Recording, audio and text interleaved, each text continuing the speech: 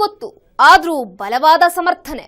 ಶ್ರೀಗಳ ವಿರುದ್ಧ ಸೊಲ್ಲೆತ್ತಲ್ಲ ರಾಘವೇಶ್ವರರ ಮೇಲಾಣೆ. ಶ್ರೀಗಳ ಹುಟ್ಟೂರಿನಿಂದ ಪ್ರಜಾ ಗ್ರೌಂಡ್ ರಿಪೋರ್ಟ್. ಪ್ರತಿಭಟಿಸಿದವರಿಗೆ ರೌಡಿ ಶಿಷ್ಯರಿಂದ ಬಹಿಷ್ಕಾರದ ಟ್ರೀಟ್ಮೆಂಟ್. ಹೊಸನಗರದ ಸುತ್ತಮುತ್ತ ಶ್ರೀಗಳ ತಾಲಿಬಾನ್ ಪಡೆ. ಅನ್ಯಾಯದ ವಿರುದ್ಧ ಸಿಡಿದೇಳದಂತೆ ತಡೆಗೋಡೆ. ಇದೇ ಇವತ್ತಿನ ವಿಶೇಷ. ತಾಲಿಬಾನ್ ಸ್ವಾಮಿ, ನಾನು ಶ್ರುತಿ.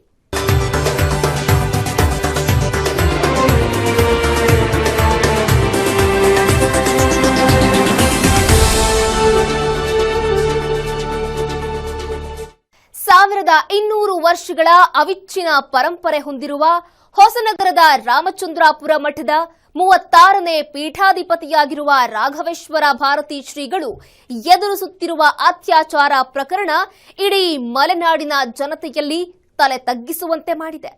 ರಾಮಕಥಾ ಗಾಯಕಿ ಪ್ರೇಮಲತಾ ಹಾಗೂ ಮತ್ತೋರ್ವ ವಿವಾಹಿತ ಮಹಿಳೆ ಮೇಲೆ ರಾಘವೇಶ್ವರ ಶ್ರೀಗಳು ಅತ್ಯಾಚಾರ ನಡೆಸಿದ್ದಾರೆ ಅನ್ನೋ ಪ್ರಕರಣಗಳು ಹವ್ಯಕ ಸಮುದಾಯದ ಪ್ರಜ್ಞಾವಂತ ಜನತೆಗೆ ವಾಸ್ತವದ ನಿಜ ಸಂಗತಿಯನ್ನ ಬಟ್ಟ ಬಯಲು ಮಾಡ್ತಿದೆ. ಹೀಗಾಗಿ ಶ್ರೀಗಳ ವಿರುದ್ಧ ಧ್ವನಿ ಎತ್ತುವ ಹವ್ಯಕ ಸಮಾಜದ ಮುಖಂಡರನ್ನ ಸದೆಬಡಿಯಲು ರಾಘವೇಶ್ವರ ಶ್ರೀಗಳು ತಮ್ಮ ಶಿಷ್ಯ ಪಡೆಯ ಮೂಲಕ ತಾಲಿಬಾನ್ ಸಂಸ್ಕೃತಿಯನ್ನ ಅನುಸರಿಸುತ್ತಿದ್ದಾರೆ ಅನ್ನೋ ಆರೋಪವು ಕೇಳಿ ಬರ್ತಾ ಇದೆ. ಇವೆಲ್ಲವುಗಳ ಕಂಪ್ಲೀಟ್ ಡೀಟೇಲ್ಸ್ ಎಲ್ಲಿದೆ?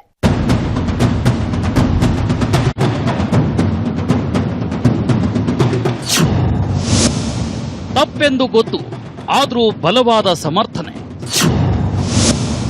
ಶ್ರೀಗಳ ವಿರುದ್ಧ ಸೊಲ್ಲೆತ್ತಲ್ಲ ರಾಘವೇಶ್ವರರ ಮೇಲಾಣೆ.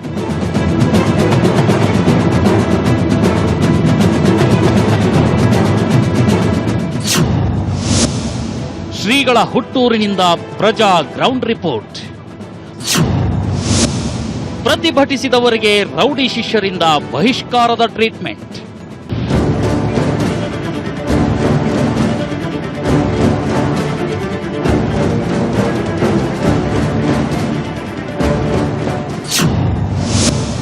ಹೊಸನಗರದ ಸುತ್ತಮುತ್ತ ಶ್ರೀಗಳ ತಾಲಿಬಾನ್ ಪಡೆ. ಅನ್ಯಾಯದ ವಿರುದ್ಧ ಸಿಡಿದೇಳದಂತೆ ತಡೆಗೋಡೆ.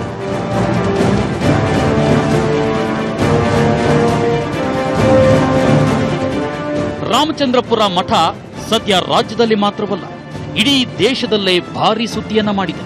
ಅದು ಇಲ್ಲಿನ ಮಠಾಧೀಶರ ರಾಘವೇಶ್ವರ ಶ್ರೀಗಳ ವಿರುದ್ಧ ಕೇಳಿಬರುತ್ತಿರೋ ಆರೋಪಗಳು ಮಠದ ಭಕ್ತ ಸಮೂಹವನ್ನ ಮಾತ್ರವಲ್ಲ, ಇಡೀ ನಾಡಿನ ಜನತೆಯನ್ನೇ ಬೆಚ್ಚಿ ಬೀಳಿಸಿದೆ.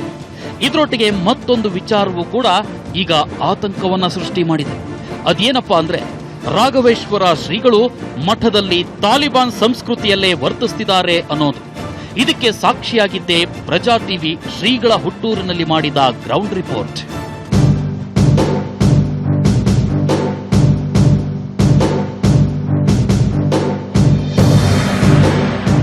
ರಾಘವೇಶ್ವರ ಭಾರತಿ ಶ್ರೀಗಳ ದುಂಡಾವರ್ತನೆಯನ್ನ ಹವ್ಯಕ ಸಮಾನ ಮನಸ್ಕ ವೇದಿಕೆ ತಾಲಿಬಾನ್ ಸಂಸ್ಕೃತಿಗೆ ಹೋಲಿಸಿದೆ. ಬಹುಶಃ ಶಿವಮೊಗ್ಗ ಜಿಲ್ಲೆಯಲ್ಲಿ ಹವ್ಯಕ ಸಮುದಾಯವನ್ನ ಟೀಕಿಸುವ, ನಿಂದಿಸುವ ಶಕ್ತಿ ಬೇರ್ಯಾವ ಸಮುದಾಯಗಳಿಗಿಲ್ಲ ಅನ್ನೋದು ಗಂಭೀರ ವಿಚಾರ. ಇದಕ್ಕೆ ಕಾರಣ ಜಿಲ್ಲೆಯಲ್ಲೇ ಅತ್ಯಂತ ಪ್ರಜ್ಞಾವಂತ ಸಮಾಜ ಅಂತ ಹವ್ಯಕ ಸಮುದಾಯ ಗುರುತಿಸಿಕೊಂಡಿರೋದೇ ಸಾಕ್ಷಿ. ಆದರೆ ಹವ್ಯಕ ಸಮುದಾಯದ ಸ್ತ್ರೀ ಸ್ವಾತಂತ್ರ್ಯದ ಪರಿಧಿಗಳ ಎಲ್ಲೆ ಮೀರಿ ರಾಘವೇಶ್ವರ ಶ್ರೀಗಳು ನಡೆದುಕೊಂಡ ರೀತಿಯನ್ನ ಹವ್ಯಕ ಸಮಾನ ಮನಸ್ಕ ವೇದಿಕೆ ಇಲ್ಲಿವರೆಗೂ ಸಹಿಸಿಕೊಂಡಿದ್ದೇ ಹೆಚ್ಚು. ಹಾಗಂತ ಶ್ರೀಗಳ ವಿರುದ್ಧ ಟೊಂಕ ಕಟ್ಟಿ ನಿಲ್ಲಲು ಸಮುದಾಯದ ಮುಖಂಡರು ಸಿದ್ಧರಿದ್ದರು. ಇದನ್ನೇ ಪ್ಲಸ್ ಪಾಯಿಂಟ್ ಮಾಡಿಕೊಂಡಿರೋ ರಾಘವೇಶ್ವರ ಶ್ರೀಗಳು ತಮ್ಮ ಶಿಷ್ಯ ವರ್ಗವನ್ನೇ ತಾಲಿಬಾನ್ ಪಡೆಯಂತೆ ಸಿದ್ಧಗೊಳಿಸಿದ್ದಾರೆ. ಹಾಗಂತ ನಾವು ಹೇಳ್ತಾ ಇಲ್ಲ, ಶ್ರೀಗಳ ಭಕ್ತ ಸಮೂಹವೇ ಈ ರೀತಿಯ ಗಂಭೀರವಾದ ಆರೋಪ ಮಾಡ್ತಾ ಇದೆ. ಈ ವಿಚಾರದ ಬಗ್ಗೆ ಕಾಂಗ್ರೆಸ್ ಮುಖಂಡರಾದ KH ಶ್ರೀನಿವಾಸ್ ಹೇಳೋದು ಹೀಗೆ. ಈಗ ಅವರು ಒಂದು ತಾಲಿಬಾನ್ ಸಂಸ್ಕೃತಿಯನ್ನು ಜಾರಿಗೆ ಕೊಡೋಕೆ ಪ್ರಯತ್ನ. ನಾವೇನು ಹೇಳ್ತೇವೆ ಅದು ಧರ್ಮ. ನಮ್ಮ ವಿರುದ್ಧ ಹೋದವ್ರನ್ನ ಏಕದಮ್ ಮುಗಿಸ್ಬಿಡ್ಬೇಕು ಅನ್ನತಕ್ಕಂಥ ಮಾತಾಡಕ್ಕಂತೂ ಬಿಡಬಾರ್ದು, ಅವ್ರಿಗೆ ಶಾಸ್ತಿ ಮಾಡಬೇಕು. ಈ ತಾಲಿಬಾನ್ ಸಂಸ್ಕೃತಿ ಅವ್ರು ಮಾಡಿರುವ ಉಳಿದ ವಿಚಾರಗಳಿಗಿಂತಲೂ ಬಹಳ ಡೇಂಜರ್ ಆದಂಥ ವಿಚಾರ ಅಂತ ಹೇಳಿ ಬಯಸ್ತೀನಿ. ರಾಘವೇಶ್ವರ ಶ್ರೀಗಳ ವರ್ತನೆಯನ್ನ ತಾಲಿಬಾನ್ ಸಂಸ್ಕೃತಿಗೆ ಹೋಲಿಸಿದೆ. ಹವ್ಯಕ ಸಮುದಾಯದ ಮುಖಂಡ ರಾಜಕೀಯ ಮುತ್ಸದ್ದಿ KH ಶ್ರೀನಿವಾಸ್ ಕೂಡ ರಾಮಚಂದ್ರಾಪುರ ಮಠದ ಭಕ್ತರು. ಆದರೆ ರಾಘವೇಶ್ವರ ಶ್ರೀಗಳ ಇಂದಿನ ದುಂಡಾವರ್ತನೆಯಿಂದ ಅವರು ಕೂಡ ಬೇಸತ್ತಿದ್ದಾರೆ. ಶ್ರೀಗಳ ವಿರುದ್ಧ ಮಾತನಾಡಿದರೆ ಬೆದರಿಕೆ ಕರೆಗಳು ಬರೋದು ಗ್ಯಾರಂಟಿ ಅಂತೆ. ಇವರು ಮಠದಲ್ಲಿ ಶಿಷ್ಯರು ಅಂತ ಹೇಳ್ತಾರಲ್ಲ, ಶಿಷ್ಯರು ಅಲ್ಲ. ನಾನು ಮೊನ್ನೆ ಹೇಳಿದೆ, ಇದೆಲ್ಲ ಮಡಿ ಮಾಫಿಯಾ ಅಂತೇಳಿ, ಮಡಿ ಉಟ್ಕೊಂಡಿರ್ತಕ್ಕಂಥ ಮಾಫಿಯಾನ ಸಾಕ್ತಾ ಇದ್ದಾರೆ. ಅದರ ಮೂಲಕವಾಗಿ ಒಂದು ಜೊಳ್ಳಾದಂತಹ ಪಾಪ್ಯುಲಾರಿಟಿ ಇದೆ ಅಂತ ಹೇಳಿ ತೋರಿಸ್ಕೊಳ್ಳೋದು ಇರ್ಬೋದು. ನಾನು ಅದು ಪ್ರಶ್ನೆನೂ ಮಾಡೋದೆ. ಪಾಪ್ಯುಲಾರಿಟಿಗೂ ಈಗ ಇವರು ಎದುರಿಸಬೇಕಾಗಿ ಬಂದಿರತಕ್ಕಂಥ ಸವಾಲಿಗೂ ಏನೂ ಸಂಬಂಧ ಇಲ್ಲ. ಇದು ಅರ್ಹತೆ ಮತ್ತು ಅನರ್ಹತೆ ಪ್ರಶ್ನೆ. ಇದು ಅನೇಕರ ದೃಷ್ಟಿಯಲ್ಲಿ ಇವರು ನೈತಿಕವಾಗಿ ಅರ್ಹತೆ ಕಳ್ಕೊಂಡಿದ್ದಾರೆ. ಫೇಸ್ಬುಕ್ನಲ್ಲಿ ಟ್ವೀಟ್ ಮಾಡಿದ ಕವಿಗೂ ಬಂತು ಬೆದರಿಕೆ ಕರೆ. ಭಾಗಿಯಾಗುವಂತಿಲ್ವಂತೆ ಧಾರ್ಮಿಕ ಸಾಂಸ್ಕೃತಿಕ ಕಾರ್ಯಕ್ರಮಗಳಿಗೆ. ಸದಾನಂದ ಶರ್ಮಾ ಮಲೆನಾಡಿನಲ್ಲಿ ಸಾಹಿತ್ಯ ಲೋಕದಲ್ಲಿ ಪ್ರಖ್ಯಾತಿ ಹೊಂದಿರೋ ಕವಿ. ಹವ್ಯಕ ಸಮುದಾಯವನ್ನ ಸಾಂಸ್ಕೃತಿಕ ನೆಲೆಗಟ್ಟಿನಲ್ಲಿ ಪ್ರತಿನಿಧಿಸ್ತಾ ಇದ್ರು ಸದಾನಂದ ಶರ್ಮಾ. ಈ ಕವಿ ಕೂಡ ಇಂದು ಶ್ರೀಗಳ ಬಗ್ಗೆ ಕವನವನ್ನ ವಾಟ್ಸಪ್ನಲ್ಲಿ ಪ್ರಕಟಿಸಿದ್ದಕ್ಕೆ ಸಾಮಾಜಿಕ ಬಹಿಷ್ಕಾರಕ್ಕೊಳಗಾಗಿದ್ದಾರೆ. ಅದು ಅಘೋಷಿತ ಸಾಮಾಜಿಕ ಬಹಿಷ್ಕಾರ. ಹೀಗಂತ ನಾವು ಹೇಳ್ತಾ ಇಲ್ಲ. ನೊಂದ ಕವಿ ಮನಸ್ಸು ಇಂದು ಅಸಹಾಯಕವಾಗಿ ಪ್ರಜಾ ಟಿವಿ ಮುಂದೆ ಅಲುವತ್ತುಕೊಂಡಿದೆ. ಸರ್, ನಾನೊಬ್ಬ ಕವಿ. ನಾನು ಪ್ರಚಲಿತ ವಿದ್ಯಮಾನಗಳ ಮೇಲೆ ಪದ್ಯ ಬರೀತಾ ಇರೋದು ಇದು ಮೊದಲಲ್ಲ.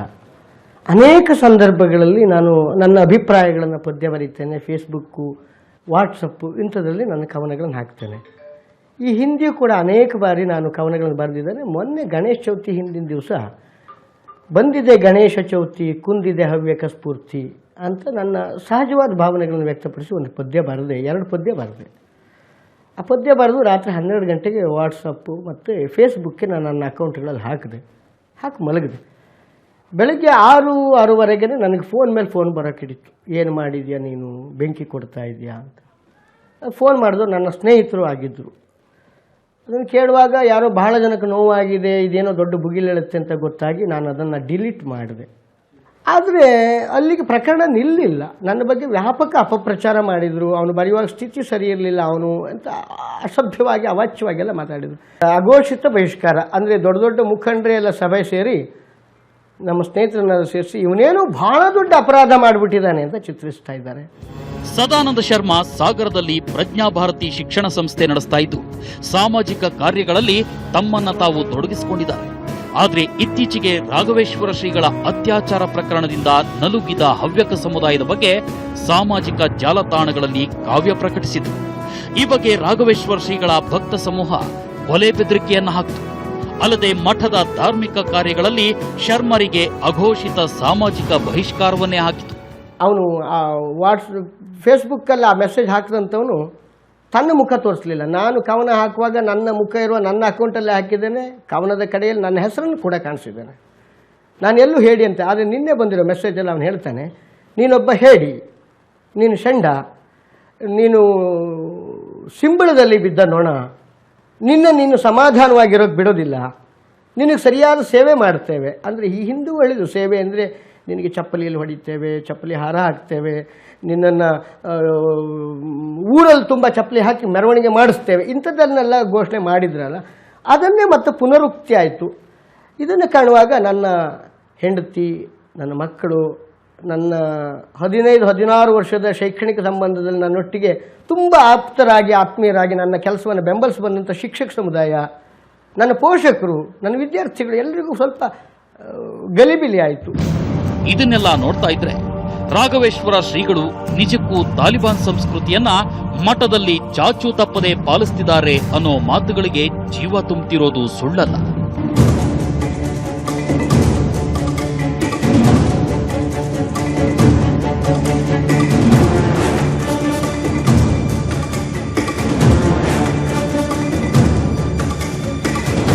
ಕ್ಯಾಮರಾಮನ್ ಅಶೋಕ್ ಕುಮಾರ್ ಜೊತೆ ಜೇಸುದಾಸ್, ಪ್ರಜಾ ಟಿವಿ, ಶಿವಮೊಗ್ಗ.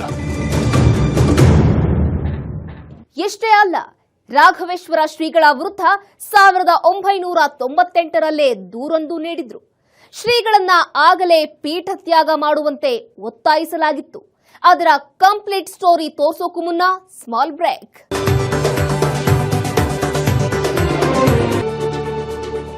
ರಾಘವೇಶ್ವರ ಭಾರತಿ ಶ್ರೀಗಳ ವಿರುದ್ಧ ಹವ್ಯಕ ಸಮಾಜದ ಮುಖಂಡರು ಮಾತ್ರವಲ್ಲ, ಮಠಕ್ಕೆ ಸಂಬಂಧಪಟ್ಟವರು ಕೂಡ ವಿವಿಧ ಆರೋಪಗಳನ್ನ ಮಾಡ್ತಿದ್ದಾರೆ. ಇಂತಹ ಆರೋಪಗಳು ಮಾಡಿದವರ ವಿರುದ್ಧ ಶ್ರೀಗಳ ಶಿಷ್ಯ ವೃಂದ ರೌಡಿಸಂ ಮಾಡುತ್ತೆ ಅನ್ನೋ ಮಾತುಗಳು ಕೂಡ ಕೇಳಿ ಬರ್ತಾ ಇವೆ. ಇಷ್ಟಕ್ಕೂ ಶ್ರೀಗಳ ವಿರುದ್ಧ ಗಂಭೀರ ಆರೋಪಗಳನ್ನ ಮಾಡ್ತಿರೋರು ಏನ್ ಹೇಳ್ತಾರೆ ಅನ್ನೋದನ್ನ ನೀವೇ ನೋಡಿ.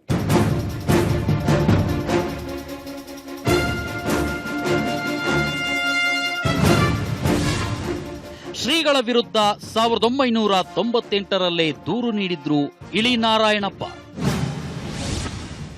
ರಾಘವೇಶ್ವರ ಶ್ರೀಗಳು ಪೀಠ ತ್ಯಾಗ ಮಾಡಬೇಕೆಂದು ಹಿಡಿದಿದ್ರು ಪಟ್ಟು.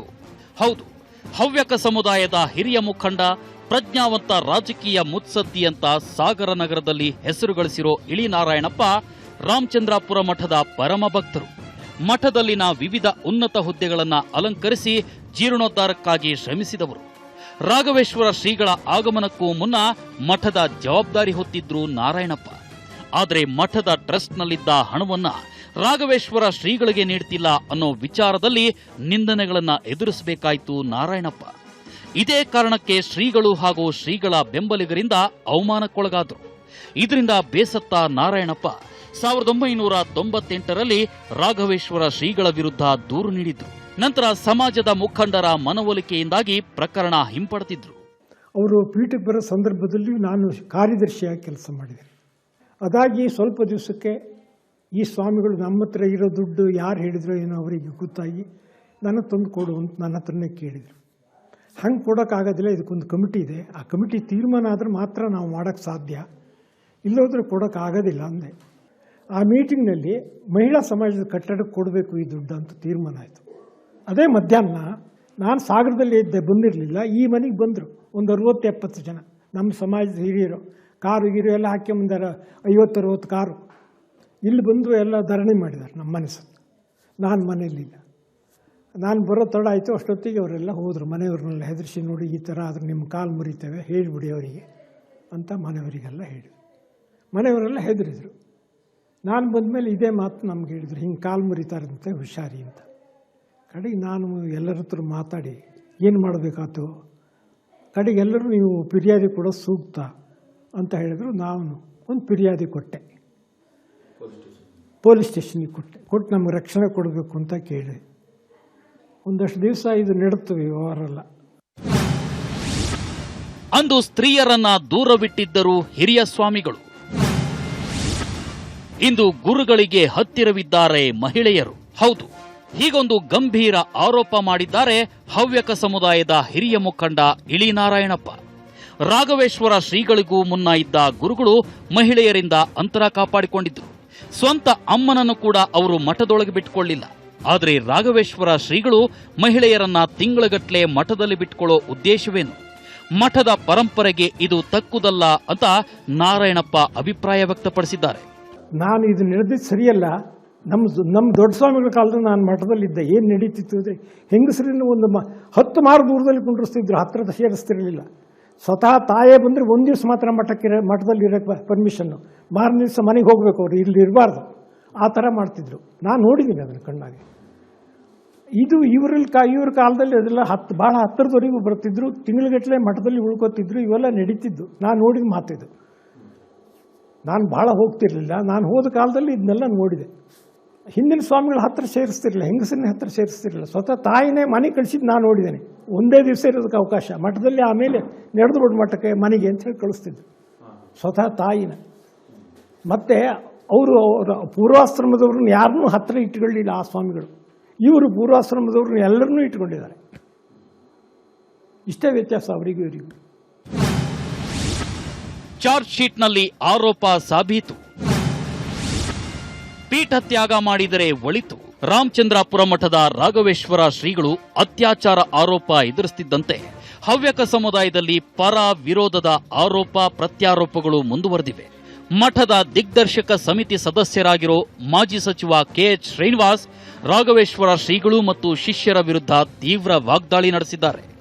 ಮಠಕ್ಕೆ ಅಂಟಿರೋ ಕಳಂಕವನ್ನ ತಪ್ಪಿಸಬೇಕು ಅಂದ್ರೆ ಪೀಠತ್ಯಾಗ ಅನಿವಾರ್ಯ ಅಂತ ಹೇಳಿದ್ದಾರೆ.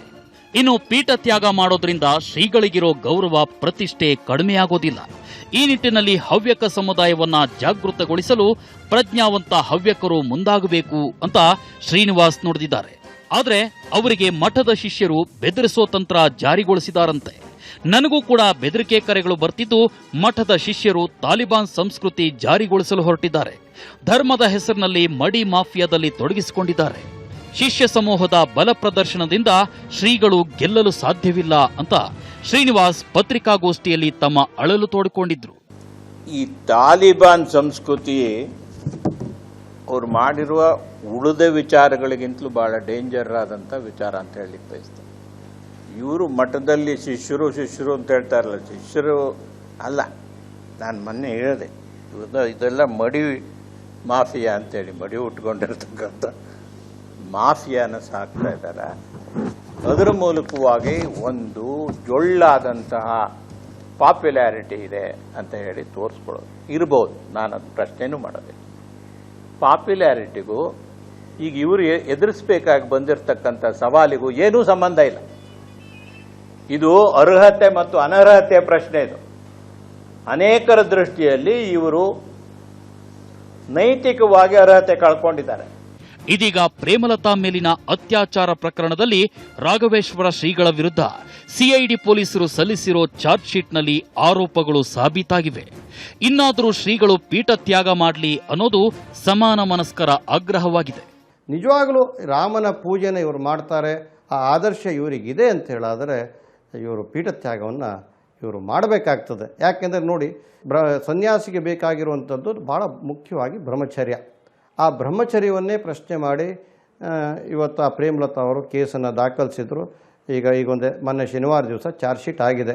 ಚಾರ್ಜ್ ಶೀಟ್ನಲ್ಲಿ ಇವರು ಏನು ಆರೋಪ ಮಾಡಿದ್ದಾರೆ ಅವೆಲ್ಲದಕ್ಕೂ ಸಾಕ್ಷ್ಯಾಧಾರಗಳು ದೊರಕಿದೆ ಅಂತ ಹೇಳುವಂಥ ಸಂಗತಿಯನ್ನು ಸಹ ಇವತ್ತು ಕೋರ್ಟ್ ಮುಂದೆ ಪ್ರೊಡ್ಯೂಸ್ ಮಾಡಿದ್ದಾರೆ. ಇನ್ಯಾವುದು ಬೇಕು ಸ್ವಾಮಿ ಇನ್ನು ನಮಗೆ? ಪರ್ಯಾಯ ಪೀಠಾಧಿಪತಿ ನೇಮಕಕ್ಕೆ ತೆರೆಮರೆಯಲ್ಲಿ ಕಸರತ್ತು. ಇದನ್ನ ಸಹಿಸುವುದಿಲ್ಲ ಹವ್ಯಕ ಸಮುದಾಯ. ಹೌದು, ಹೀಗೊಂದು ಎಚ್ಚರಿಕೆಯನ್ನ ಹವ್ಯಕ ಸಮಾನ ಮನಸ್ಕ ವೇದಿಕೆಯ ಮುಖಂಡರು ನೀಡಿದ್ದಾರೆ. ಅತ್ಯಾಚಾರ ಆರೋಪ ಸಾಬೀತಾಗುವ ಸನ್ನಿವೇಶಗಳು ದೃಢವಾಗ್ತಿರೋ ಸಂದರ್ಭದಲ್ಲಿ ತಮಗೆ ಬೇಕಾದ ವ್ಯಕ್ತಿಯನ್ನೇ ಉತ್ತರಾಧಿಕಾರಿಯಾಗಿ ನೇಮಿಸಿಕೊಳ್ಳುವ ತೆರೆಮರೆ ಆಟಕ್ಕೆ ಶ್ರೀಗಳು ಮುಂದಾಗಿದ್ದಾರೆ. ಇದು ನಮ್ಮ ಗಮನಕ್ಕೆ ಬಂದಿದೆ. ಆದರೆ ಶ್ರೀಗಳ ಈ ಕಾರ್ಯತಂತ್ರವನ್ನ ಹವ್ಯಕ ಸಮುದಾಯ ಒಪ್ಪೋದಿಲ್ಲ. ಮಠದಲ್ಲಿ ಪೀಠಾಧಿಪತಿ ಸ್ಥಾನ ತೆರವಾಗ್ತಿದ್ದ ಹಾಗೆ ಮಠ ಶುದ್ಧೀಕರಣಗೊಳ್ಳೋದಿಲ್ಲ. ಮಠದಲ್ಲಿ ನಡೆದಿರೋ ಅವ್ಯವಹಾರದ ಬಗ್ಗೆ ಸರ್ಕಾರದ ಮಟ್ಟದಲ್ಲಿ ಉನ್ನತ ತನಿಖೆಯಾಗಬೇಕು. ನಂತರ ಉತ್ತರಾಧಿಕಾರಿ ನೇಮಕವಾಗಬೇಕು. ಈ ನಿಟ್ಟಿನಲ್ಲಿ ಸರ್ಕಾರ ಮಧ್ಯಪ್ರವೇಶಿಸಬೇಕು ಅಂತ ಸಮಾನ ಮನಸ್ಕ ಹವ್ಯಕ ವೇದಿಕೆ ಆಗ್ರಹಿಸಿದೆ. ಈಗಾಗಲೇ ಒಂದ್ಸರಿ ಅರೆಸ್ಟ್ ಆಗಿದ್ದಾರೆ. ಈಗ ಯಾವ ಅರ್ಹತೆನೂ ಅವ್ರಿಗೆ ಇಲ್ಲ, ಪೀಠದ ಮೇಲೆ ಕೂತ್ಕೊಳ್ಳಿಕ್ಕೆ ಅರ್ಹತೆ ಇಲ್ಲ. ಆದರೂ ಸಹ ಇನ್ನೊಮ್ಮೆ ಅರೆಸ್ಟ್ ಆದಾಗ ಎಲ್ಲಿ ಮತ್ತೆ ಇನ್ನೂ ವಿರೋಧ ಹೆಚ್ಚುತ್ತದೆ ಅಂತ ಹೇಳುವಂಥ ದೃಷ್ಟಿಯಿಂದ ಅವರು ಉತ್ತರಾಧಿಕಾರಿಯನ್ನು ಗಡಿಬಿಡಿಯಿಂದ ಮಾಡಿ ಮಠವನ್ನು ತನ್ನ ಮುಷ್ಟಿಯಲ್ಲೇ ಹಿಡ್ಕೊಳ್ಬೇಕು ಅಂತ ಹೇಳುವಂಥ ಹುನ್ನಾರ ಅವರು ಮಾಡಿದರೆ ಇದು ನಾವು ಶಿಷ್ಯರು ಯಾರು ನಾವು ಸಹಿಸಲಿಕ್ಕೆ ಆಗೋದಿಲ್ಲ. ಇದಕ್ಕೆ ನಾವು ತೀವ್ರವಾದ ವಿರೋಧವನ್ನು ನಾವು ಖಂಡಿತವಾಗಿ ನಾವು ಮಾಡ್ತೇವೆ. ಒಟ್ನಲ್ಲಿ ಸದ್ಯ ರಾಘವೇಶ್ವರ ಶ್ರೀಗಳಿಗೆ ಸುತ್ತಿಕೊಂಡಿರೋ ವಿವಾದಗಳಿಂದ ಮಠಾಧಿಪತಿಯ ಸ್ಥಾನಕ್ಕೆ ಕುತ್ತು ಎದುರಾಗೋ ಎಲ್ಲ ಲಕ್ಷಣಗಳು ಕಾಣಿಸ್ತಿದೆ ಅನ್ನೋದು ಮಾತ್ರ ಕಟು ವಾಸ್ತವ.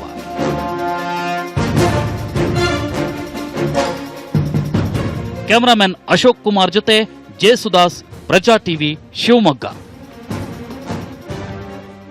ರಾಘವೇಶ್ವರ ಶ್ರೀಗಳು ತಾಲಿಬಾನ್ ಮಾದರಿಯ ಸಂಸ್ಕೃತಿಯನ್ನ ಮಠದಲ್ಲಿ ಪಾಲಿಸುತ್ತಿದ್ದಾರೆ ಅಂತ ಆರೋಪಿಸುತ್ತಿದ್ದಾರೆ.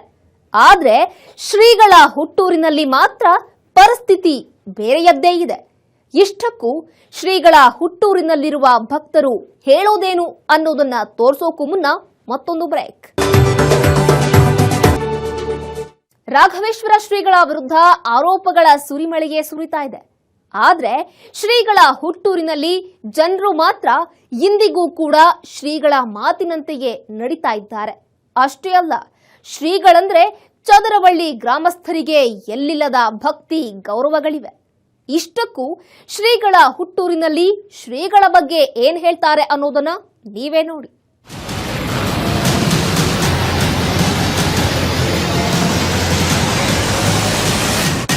ರಾಮಚಂದ್ರಾಪುರ ಮಠದ ರಾಮಕಥಾ ಗಾಯಕಿ ಪ್ರೇಮಲತಾ ಅತ್ಯಾಚಾರ ಪ್ರಕರಣದಲ್ಲಿ ಸಿಐಡಿ ಪೊಲೀಸರು ಚಾರ್ಜ್ ಶೀಟ್ ಸಲ್ಲಿಸುತ್ತಿದ್ದ ಹಾಗೆ ರಾಘವೇಶ್ವರ ಶ್ರೀಗಳಿಗೆ ಈಗ ದೊಡ್ಡ ಸಂಕಷ್ಟ ಎದುರಾಗಿದ್ದು ಬಂಧನದ ಭೀತಿ ಎದುರಾಗಿದೆ. ರಾಘವೇಶ್ವರ ಶ್ರೀಗಳಿಗೆ ಎದುರಾಗಿರೋ ಸಂಕಷ್ಟದ ಕುರಿತಂತೆ ಸ್ಥಳೀಯ ಗ್ರಾಮಸ್ಥರಲ್ಲಿರೋ ಅಭಿಪ್ರಾಯ ಕಲೆ ಹಾಕಲು ಶ್ರೀಗಳ ಹುಟ್ಟೂರಾಗಿರೋ ಚದರವಳ್ಳಿ ಗ್ರಾಮಕ್ಕೆ ಪ್ರಜಾ ಟಿವಿ ತಂಡ ಭೇಟಿ ಕೊಟ್ಟಿತ್ತು.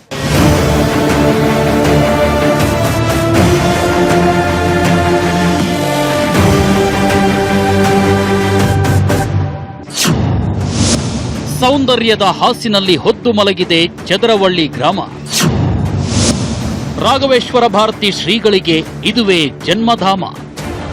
ಶಿವಮೊಗ್ಗ ಜಿಲ್ಲಾ ಕೇಂದ್ರದಿಂದ ಸುಮಾರು 145 ಕಿಲೋಮೀಟರ್ ದೂರದಲ್ಲಿರೋ ಚದರವಳ್ಳಿ ಗ್ರಾಮ ರಾಮಚಂದ್ರಾಪುರ ಮಠದ 36ನೇ ಪೀಠಾಧಿಪತಿಯಾದ ರಾಘವೇಶ್ವರ ಭಾರತಿ ಶ್ರೀಗಳ ಹುಟ್ಟೂರು. ಸಾಗರದಿಂದ ಹೊಳೆಬಾಗಿಲಿನ ಮೂಲಕ ಲಾಂಜ್ನಲ್ಲಿ ಸಾಗಿ ಕಳಸವಳ್ಳಿ ಗ್ರಾಮಕ್ಕೆ ಹೋಗಬೇಕು. ನಂತರ ಅಲ್ಲಿಂದ ಅಂದ್ರೆ ತುಮರಿ ಗ್ರಾಮದಿಂದ ಸುಮಾರು 8 ಕಿಲೋಮೀಟರ್ ವ್ಯಾಪ್ತಿಯ ಕಲ್ಲು ಮಣ್ಣು ರಸ್ತೆಯಲ್ಲಿ ಸಾಗಿದರೆ ಚದರವಳ್ಳಿ ಗ್ರಾಮದ ದರ್ಶನವಾಗುತ್ತೆ.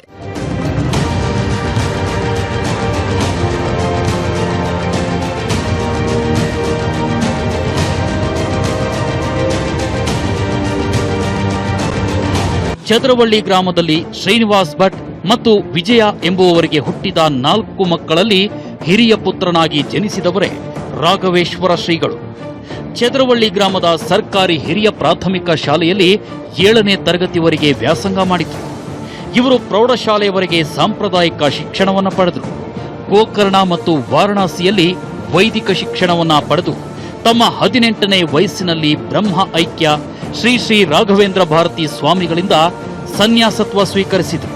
ಅದಾದ ನಂತರ ಮೈಸೂರಿನಲ್ಲಿ ತಮ್ಮ ವೈದಿಕ ಶಿಕ್ಷಣವನ್ನ ಮುಂದುವರೆಸಿದರು. ನಂತರ ಶ್ರೀಗಳು 1998ರಲ್ಲಿ ರಾಮಚಂದ್ರಾಪುರ ಮಠದ 36ನೇ ಪೀಠಾಧಿಪತಿಯಾಗಿ ನೇಮಕಗೊಂಡರು. ಬಾಲ್ಯದಿಂದಲೂ ರಾಘವೇಶ್ವರ ಶ್ರೀಗಳನ್ನ ಹತ್ತಿರದಿಂದ ಬಲ್ಲ ಚದರವಳ್ಳಿ ಗ್ರಾಮದ ಜನ ಇಂದಿಗೂ ಶ್ರೀಗಳ ಬಗ್ಗೆ ನಿಷ್ಠೆ ಹೊಂದಿದ್ದಾರೆ. ಅತ್ಯಾಚಾರ ಆರೋಪವನ್ನು ಎದುರಿಸಿ ಇವತ್ತು ರಾಜ್ಯಾದ್ಯಂತ ತೀವ್ರ ವಿವಾದಕ್ಕೆ ಗ್ರಾಸವಾಗಿರುವಂತಹ ರಾಘವೇಶ್ವರ ಶ್ರೀಗಳು ಇವತ್ತು ಜನಮಾನಸದಲ್ಲಿ ಪರ ವಿರೋಧದ ಅಭಿಪ್ರಾಯಗಳ ಒಂದು ವಿಚಾರಧಾರೆಯಲ್ಲಿ ಅವರು ಇವತ್ತು ಸಿಲುಕೊಂಡಿದ್ದಾರೆ. ಈಗ ರಾಘವೇಶ್ವರ ಶ್ರೀಗಳ ಹುಟ್ಟೂರಾದಂತಹ ಚದರವಳ್ಳಿ ಗ್ರಾಮದಲ್ಲಿ ನಾವಿದ್ದೀವಿ. ಮತ್ತೆ ಅಲ್ಲದೆ ಈ ಒಂದು ಚದರವಳ್ಳಿ ಗ್ರಾಮದಲ್ಲಿರುವಂತಹ ಸರ್ಕಾರಿ ಹಿರಿಯ ಪ್ರಾಥಮಿಕ ಶಾಲೆಯಲ್ಲಿ ರಾಘವೇಶ್ವರ ಶ್ರೀಗಳು ಓದಿರುವಂಥದ್ದು. ಈ ಒಂದು ಶಾಲೆಯಲ್ಲಿ ಇವತ್ತು ಸುಮಾರು 40 ಜನ ವಿದ್ಯಾರ್ಥಿಗಳು ಓದ್ತಿದ್ದಾರೆ. ಈ ಒಂದು ಶಾಲೆಯ ಒಂದು ಸುತ್ತಮುತ್ತಲಿನ ಪರಿಸರವನ್ನು ನೋಡಿದಾಗ ಮಲೆನಾಡಿನ ಒಂದು ನೈಜ ಚಿತ್ರಣಕ್ಕೆ ಇದು ಒಂದು ಕೈಗನ್ನಡಿಯಾಗಿದೆ ಅಂತಲೇ ಹೇಳ್ಬೋದು. ಇಂಥ ಸುಂದರ ಪರಿಸರದಲ್ಲಿ ಓದಿರುವಂತಹ ರಾಘವೇಶ್ವರ ಶ್ರೀಗಳು ಚದರವಳ್ಳಿಯ ಗ್ರಾಮದಲ್ಲಿ ಬೆಳೆದು ಇಲ್ಲೇ ವಿದ್ಯಾಭ್ಯಾಸ ಮಾಡಿ ಇಲ್ಲೇ ಬಾಲ್ಯವನ್ನು ಕಳೆದು ಇಲ್ಲಿನ ಮಲೆನಾಡಿನ ಸವಿಯನ್ನು ಉಂಡ ಆ ಒಂದು ಬದುಕನ್ನು ಮುಂದುವರಿಸಿಕೊಂಡಂಥ ರಾಘವೇಶ್ವರ ಶ್ರೀಗಳ ವಿಚಾರದಲ್ಲಿ ಇಲ್ಲಿನ ಜನರು ಈಗ ಯಾವ ರೀತಿಯಾದಂಥ ಒಂದು ಅಭಿಪ್ರಾಯನ ವ್ಯಕ್ತಪಡಿಸ್ತಾರೆ. ಯಾಕಂದರೆ ಶ್ರೀಗಳ ಮೇಲೆ ಬಂದಿರುವಂತಹ ಈ ಒಂದು ಗುರುತರವಾದಂಥ ಆರೋಪದ ವಿಚಾರದಲ್ಲಿ ಇಲ್ಲಿನ ಸ್ಥಳೀಯರು ರಾಘವೇಶ್ವರ ಶ್ರೀಗಳನ್ನು ಹತ್ತಿರದಿಂದ ನೋಡಿದಂಥ ಇಲ್ಲಿ ಸ್ಥಳೀಯರು ಅವ್ರ ವಿಚಾರದಲ್ಲಿ ಏನು ಹೇಳ್ತಾರೆ ಅನ್ನೋದನ್ನು ತಿಳ್ಕೊಳ್ಳೋಣ ಬನ್ನಿ. ಇದೇ ಒಂದು ಚದರವಳ್ಳಿ ಗ್ರಾಮದಲ್ಲಿ ರಾಘವೇಶ್ವರ ಶ್ರೀಗಳು ತಮ್ಮ ಬಾಲ್ಯದ ದಿನಗಳನ್ನು ಕಳೆದರು. ಮತ್ತು ಅಲ್ಲದೆ ವೇದ ಅಭ್ಯಾಸಗಳನ್ನು ಸಹ ಇದೇ ಒಂದು ಗ್ರಾಮದಲ್ಲಿ ಅವರು ಮಾಡಿದ್ರು. ಈ ಒಂದು ರಾಘವೇಶ್ವರ ಶ್ರೀಗಳ ಒಂದು ನಿವಾಸದಲ್ಲಿ ಈಗ ಅವರ ಏನು ಬಾಲ್ಯವನ್ನು ಕಳೆದ್ರು ಅವರ ಒಂದು ಗೆಳೆಯರಾಗಿರುವಂತಹ ಸ್ನೇಹಿತರು ಕೂಡ ಈಗ ನಮ್ಮ ಜೊತೆ ಇದ್ದಾರೆ. ಅವ್ರು ಏನು ಹೇಳ್ತಾರೆ ಅಂತ ತಿಳ್ಕೊಳ್ಳೋಣ. ಸರ್, ಈಗ ರಾಘವೇಶ್ವರ ಶ್ರೀಗಳನ್ನ ತಾವು ಬಾಲ್ಯದಿಂದಲೂ ಸಹ ನೋಡಿರಿ. ಅವರ ಒಂದು ಪೂರ್ವಾಶ್ರಮ ಹೇಗಿತ್ತು ಸರ್? ಪೂರ್ವಾಶ್ರಮ ಅಷ್ಟು ಉತ್ತಮವಾಗಿರಲಿಲ್ಲ. ಸಾಮಾನ್ಯ ಬಡತನ ಮನೆತನವೇ ಆಗಿತ್ತು. ಶ್ರೀಮಂತರಾಗಿರಲಿಲ್ಲ. ಚೆನ್ನಾಗಿದ್ರು. ಇದರಲ್ಲಿ ಭಾರಿ ಚೆನ್ನಾಗಿದ್ರು. ಸರ್, ಅವರಿಗೆ ಈಗ ರಾಘವೇಶ್ವರ ಶ್ರೀಗಳ ತಂದೆ ತಾಯಿ ಅವರ ಕುಟುಂಬದ ಒಂದು ಹಿನ್ನೆಲೆ ಏನು, ಅವರ ಹೆಸರುಗಳೇನು? ಈಗ ರಾಘವೇಶ್ವರ ಗುರುಗಳ ತಂದೆ ಹೆಸರು ಶ್ರೀನಿವಾಸ್ ಭಟ್ರು ಅಂತ, ತಾಯಿ ಹೆಸರು ವಿಜಯಲಕ್ಷ್ಮಿ ಅಂತ. ಅವರು ತಮ್ಮ ರಘು ಅಂತ, ಒಬ್ರು ಮಧು ಅಂತ, ಒಬ್ರು ನಳಿನಿ ಅಂತ ಒಂದು ಹೆಣ್ಣು ಮಗಳು ಇದ್ದಾಳೆ. ಅಜ್ಜ ಮಹಾಬಲೇಶ್ವರ ಭಟ್ರು ಅಂತ, ಅಜ್ಜಿ ಗಂಗಮ್ಮ ಅಂತ. ಅವರು ಒಂದು 3-4 ತಿಂಗಳಾಯ್ತು ತೀರಿ ಹೋಗಿ. ಅಜ್ಜ ಹೋಗಿ ಒಂದು 5-6 ವರ್ಷ ಆಯ್ತು. ಈಗ ತಾವು ಬಾಲ್ಯ ದಿನಗಳನ್ನ ಶ್ರೀಗಳೊಟ್ಟಿಗೆ ಹೇಗೆ ಕಳೆದಿದ್ರಿ ಅಂತ ಹೇಳ್ಬಿಟ್ಟು ಹೇಗಿತ್ತು ನಿಮ್ಮ ಅವ್ರ ಒಡನಾಟ? ನಾವು ಅಂದರೆ ಅವರು ಇಲ್ಲಿ 4ನೇ ಕ್ಲಾಸ್ವರೆಗೂ ಚದರವಳ್ಳಿಯಲ್ಲಿ ಓದಿದ್ರು. ಆವಾಗ ನಾವು ಸಣ್ಣಕ್ಕಿದ್ದೆ, ಅವರು ಸಣ್ಣಕ್ಕಿದ್ದು, ಚಿಕ್ಕಪುಟ್ಟ ಆಟ, ಚಿನ್ನಿ ದಾಂಡು, ಕಬಡ್ಡಿ ಈ ಥರ ಎಲ್ಲ ಆಟ ಆಡ್ತಾ ಇದ್ವಿ. ಪಗಡೆ ಈ ಥರ ಎಲ್ಲ ಆಟ ಆಡ್ತಾ ಇದ್ವಿ. ಆ ನಂತರ ಅವರು ಲಿಂಗನಮಿಕ್ಕಿ ಅಂತ ಅಲ್ಲಿ ಓದ್ಲಿಕ್ಕೆ ಹೋದರು. ಅಲ್ಲಿ 7ನೇ ಕ್ಲಾಸ್ವರೆಗೆ ಓದಿದ್ರು. ಆಮೇಲೆ ಗೋಕರ್ಣಕ್ಕೆ ಹೋಗಿ ವೇದಾಧ್ಯಯನ ಮಾಡಿದರು. ಇಷ್ಟೆಲ್ಲ ತಾವು ಒಡನಾಟ ಇಟ್ಕೊಂಡಿರೋ ಈ ಸಂದರ್ಭದಲ್ಲಿ ಶ್ರೀಗಳ ವಿಚಾರದಲ್ಲಿ ಈ ರೀತಿಯಾದಂಥ ಒಂದು ಆರೋಪ ಬಂದಿದೆ ಅಂತ ನಿಮ್ಗೆ ಏನು ಅನ್ಸುತ್ತೆ ಸರ್? ಅದು ನಂಬಲಿಕ್ಕೆ ಸಾಧ್ಯವಿಲ್ಲ. ಯಾವ ಕಾಲ ಇದಕ್ಕೂ ನಾವು ಬಿಟ್ಕೊಡೋದಿಲ್ಲ, ಹಿಂದೂ ಬಿಡೋದಿಲ್ಲ, ಮುಂದೂ ಬಿಡೋದಿಲ್ಲ. ಅವ್ರು ಶ್ರೀಗಳು ಏನು ಹೇಳ್ತಾರೆ ಅದೇ ಹೆಜ್ಜೆ ನಾವು ಮುಂದೆ ಇಡ್ತೇವೆ. ಸರ್, ಈಗ ಶ್ರೀಗಳ ವಿಚಾರದಲ್ಲಿ ಇವತ್ತು ಬಂದಿರುವಂಥ ಒಂದು ಗುರುತರ ಆರೋಪ, ಅತ್ಯಾಚಾರ ಪ್ರಕರಣ ಅನ್ನೋಂಥದ್ದು ಇವತ್ತು ರಾಜ್ಯವ್ಯಾಪಿ ವ್ಯಾಪಿಸಿ ಇವತ್ತು ಶ್ರೀಗಳ ವಿಚಾರದಲ್ಲಿ ಆರೋಪ ಎದುರಾಗ್ತಿರೋಂಥದ್ದು. ಈ ವಿಚಾರದಾಗಿ ತಾವು ಸ್ಥಳೀಯರಾಗಿ ಶ್ರೀಗಳನ್ನ ನೋಡಿರೋ ವಿಚಾರದಲ್ಲಿ ತಾವೇನು ಹೇಳಕ್ಕೆ ಇಷ್ಟಪಡ್ತೀರಾ ಅಂತೇಳಿ? ಇದು ಷಡ್ಯಂತ್ರ ಹೇಳೋದು ಮೊದಲನೇ ಮಾತು. ಇದರಲ್ಲಿ ಯಾವುದೇ ಸಂಶಯ ಇಲ್ಲ. ಯಾವುದೇ ರೀತಿಯಿಂದ ತಪ್ಪು ಆಗೋದು ಇಲ್ಲ, ಆಗಿರಲೂ ಇಲ್ಲ, ಮುಂದಾಗೋದು ಇಲ್ಲ. ನಮಗೆ ಅಷ್ಟು ವಿಶ್ವಾಸ ಇದೆ. ಅವರ ಮಾರ್ಗದರ್ಶನದಲ್ಲಿ ನಾವೆಲ್ಲರೂ ಈ ಭಾಗದ ಎಲ್ಲ ಜನರು ಅವರ ಹಿಂದ್ಗಡೆಯನ್ನು ಹೋಗ್ತೇವೆ ಮುಂದೆ. ಅಷ್ಟು ಹೇಳಕ್ಕೆ ಇಷ್ಟಪಡ್ತೇವೆ. ಅಂದರೆ ಈಗ ಏನು ಕೆಲವರು ಆರೋಪ ಮಾಡ್ತಾರೋದು ಸುಳ್ಳು, ಅದರಲ್ಲಿಂದ ಷಡ್ಯಂತ್ರ ಇದೆ ಅಂತ ಹೇಳ್ಬಿಟ್ಟು ತಾವು ಈಗ CID ಚಾರ್ಜ್ ಶೀಟಲ್ಲೂ ಸಹ ಕೆಲವು ಅಂಶಗಳು ಪ್ರೂವ್ ಆಗಿರೋಂಥ ಅದ್ರ ಬಗ್ಗೆ ತಾವು ಹೇಳಕ್ಕೆ ಯಾರು ಅಧಿಕೃತವಾಗಿ ನಮಗೇನು ಗೊತ್ತಾಗಿಲ್ಲ. ಈಗ TV ನಿಮ್ಮ ಮಾಧ್ಯಮದವರು ಬಿತ್ತರಿಸಿದ್ದನ್ನು ಮಾತ್ರ ನಾವು ಕಂಡಿದ್ದೇವೆ, ಕೇಳಿದ್ದೇವೆ. ಇನ್ನು ಕೋರ್ಟ್ ಕಾನೂನು ಇದೆಯಲ್ಲ, ಅದ್ರ ಕಾನೂನನ್ನು ಎಲ್ಲರೂ ಗೌರವಿಸಬೇಕಾದಂಥದ್ದು. ಮುಂದೆ ಅದನ್ನು ನಾವು ನಿರೀಕ್ಷೆಯಲ್ಲಿದ್ದೇವೆ. ನಮಗೆ ಯಶಸ್ಸು ಅಂತ ಹೇಳೋಂಥ ವಿಶ್ವಾಸ ತುಂಬ ಇದೆ. ಈಗ ಕೆಲವರು ಸರ್, ಈಗ ಪೀಠಾಧಿಪತಿಗಳು ವಿಚಾರದಲ್ಲಿ ಈಗ ಈ ರೀತಿ ಆರೋಪ ಬಂದಿರುವಂಥ ಹಿನ್ನೆಲೆಯಲ್ಲಿ ಅವ್ರು ಪೀಠ ತ್ಯಾಗ ಮಾಡಬೇಕು ಅನ್ನೋಂಥ ಒಂದು ವಿಚಾರನ ಮುಂದಿಡ್ತಾರೆ. ಇದಕ್ಕೆ ತಾವೇನು ಹೇಳಕ್ಕೆ ಇಷ್ಟಪಡ್ತೀರಾ? ಸಾಧ್ಯನೇ ಇಲ್ಲ. ಅದನ್ನು ಒಪ್ಪೋದು ಇಲ್ಲ ನಾವು. ಅದು ಅವರ ನಾಲಿಗೆಯಲ್ಲಿ ಹೊರಡುವಂಥ ಅಸಂಸ್ಕೃತವಾದ ಶಬ್ದ ಅಂತಲೇ ನಾವು ತಿಳ್ಕೊಳ್ತೇವೆ.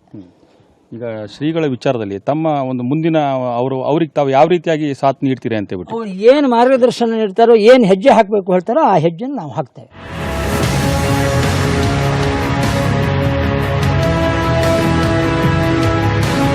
ಮಲೆನಾಡಿನ ಹೆಬ್ಬಾಗಿಲಾಗಿರೋ ಶಿವಮೊಗ್ಗ ಜಿಲ್ಲೆಯಲ್ಲಿ ಹೊಸನಗರದ ರಾಮಚಂದ್ರಾಪುರ ಮಠ ಜಿಲ್ಲೆಯ ಕೀರ್ತಿಯನ್ನ ಮುಗಿಲೆತ್ತರಕ್ಕೇರಿಸಿದ್ರು ರಾಘವೇಶ್ವರ ಶ್ರೀಗಳು. ಕೇವಲ ಮಲೆನಾಡಿನಲ್ಲಿ ಮಾತ್ರವಲ್ಲದೆ ದೇಶವ್ಯಾಪಿ ಕೆಲವೇ ತಿಂಗಳಲ್ಲಿ ಅಪ್ರತಿಮ ಹೆಸರು ಮಾಡಿದ ರಾಘವೇಶ್ವರ ಶ್ರೀಗಳು ಗೋಸ್ವಾಮಿ ಎಂದೇ ಖ್ಯಾತರಾದರು. ಮಲೆನಾಡಿನ ಗಿಡ್ಡ ಗೋತಳಿಗೆ ವಿಶೇಷ ಪ್ರಾತಿನಿಧ್ಯ ಸಿಗಲು ಕಾರಣರಾದವರು ರಾಘವೇಶ್ವರ ಶ್ರೀಗಳು ಅನ್ನೋದು ಗಮನಾರ್ಹ. ಆದರೆ ಕೇವಲ ಸ್ತ್ರೀಮೋಹಕ್ಕೆ ಸಿಲುಕಿ ತಾವು ಗಳಿಸಿದ ಕೀರ್ತಿಯನ್ನ ಶ್ರೀಗಳು ಕಳೆದುಕೊಂಡಿದ್ದಾರೆ ಅನ್ನೋ ವಾದಗಳು ಕೇಳಿಬರ್ತಿವೆ.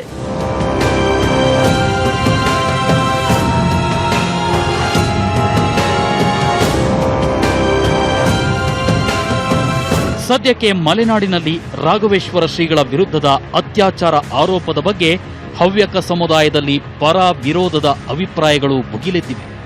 ಆದರೆ ರಾಘವೇಶ್ವರ ಶ್ರೀಗಳ ವಿಚಾರದಲ್ಲಿ CID ಪೊಲೀಸರು ಸಲ್ಲಿಸಿರೋ ಚಾರ್ಜ್ ಶೀಟ್ ಯಾವ ರೀತಿಯಲ್ಲಿ ತಾರ್ಕಿಕ ಫಲಿತಾಂಶ ನೀಡುತ್ತೆ ಎಂಬ ಕುತೂಹಲ ಪರ ವಿರೋಧದ ಬಣಗಳಲ್ಲಿದೆ.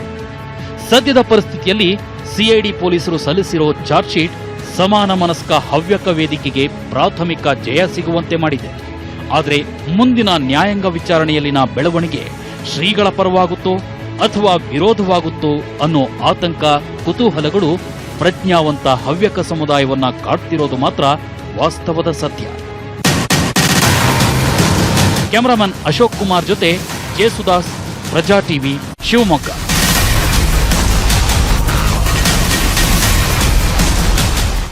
ಒಂದ್ ಕಡೆ ಶ್ರೀಗಳ ಮಾತಿಗೆ ಬದ್ಧರಾಗಿರ್ತೇವೆ ಅನ್ನೋ ಜನರು, ಮತ್ತೊಂದ್ ಕಡೆ ಶ್ರೀಗಳ ವಿರುದ್ಧ ಆಕ್ರೋಶಗೊಂಡಿರೋ ಹವ್ಯಕ ಸಮುದಾಯದ ಸಮಾನ ಮನಸ್ಕರು ಮಠದಲ್ಲಿ ತಾಲಿಬಾನ್ ಸಂಸ್ಕೃತಿ ಚಾಲ್ತಿಯಲ್ಲಿದೆ ಅಂತ ಆರೋಪಿಸುತ್ತಿದ್ದಾರೆ.